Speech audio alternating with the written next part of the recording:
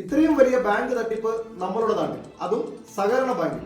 വാർത്ത നമുക്കൊന്ന് കേൾക്കാം. Big TV breaking now. ഇടുക്കിയിൽ CPIM നേതൃത്വത്തിലുള്ള സഹകരണ ബാങ്കിലെ കോടികളുടെ ക്രമക്കേട് പുറത്ത്. തോപ്രാംകുടി സർവീസ് സഹകരണ ബാങ്കിലാണ് 10,42,00,000 രൂപയുടെ ക്രമക്കേട് കണ്ടെത്തിയത്. 2020-25 കാലഘട്ടത്തിലെ ഓഡിറ്റ് റിപ്പോർട്ടിലൂടെയാണ് ക്രമക്കേട് പുറത്തുവന്നത്. സീനിയർ കോഓപ്പറേറ്റീവ് ഇൻസ്പെക്ടറുടെ പരാതിയിൽ ബാങ്ക് മുൻ പ്രസിഡന്റും സെക്രട്ടറിയും ജീവനക്കാരുമടക്കം 13 പേർക്കെതിരെ കേസെടുത്തു. എഫ്ഐആറിന്റെ പകർപ്പ് ബിഗ് ടിവിക്ക് ലഭിച്ചിട്ടുണ്ട്.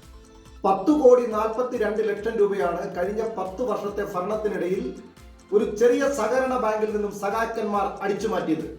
ഈ തട്ടിപ്പിന്റെ കഥ പുറത്തു വരുന്നത് ഇന്നോ ഇന്നലെയോ ഒന്നുമല്ല, കുറേ മാസങ്ങളായി. പക്ഷെ ഭരണം മാറിയപ്പോഴാണ് കേസ് രജിസ്റ്റർ ചെയ്തതും അത് വാർത്തയാകുന്നതും. അവിടെ നിക്ഷേപം നടത്തിയിരുന്ന എത്രയോ ആളുകൾ നിക്ഷേപ തട്ടിപ്പിന് ഇരയായിട്ടുണ്ട് എന്ന് പറഞ്ഞ് ബാങ്കിന്റെ മുന്നിൽ സമരവുമായി എത്തി. BJP അടക്കമുള്ള സംഘടനകൾ തോപ്രാംകുടി സഹകരണ ബാങ്കിൽ വലിയ തട്ടിപ്പ് നടക്കുന്നുണ്ട് എന്ന് ഇതിനു മുമ്പേ ആരോപണം ഉയർത്തിയിട്ടുണ്ട്. പക്ഷേ ഇപ്പോൾ പുറത്തു വരുന്ന കഥ ഞെട്ടിക്കുന്നതാണ്. ഇത് പക്ഷേ ഒരൊറ്റപ്പെട്ട സംഭവമല്ല. കേരളത്തിൽ എല്ലായിടത്തും CPM ഭരണം നടത്തുന്ന എല്ലാ സഹകരണ ബാങ്കിലും ഭരണത്തിന്റെ മറയുപയോഗിച്ച് കഴിഞ്ഞ 10 വർഷം കൊണ്ട് നടന്നത് വലിയ വലിയ കോടികളുടെ കൊള്ളകളാണ്. സംസ്ഥാന വ്യാപകമായി ഇത് അന്വേഷിക്കപ്പെടണം.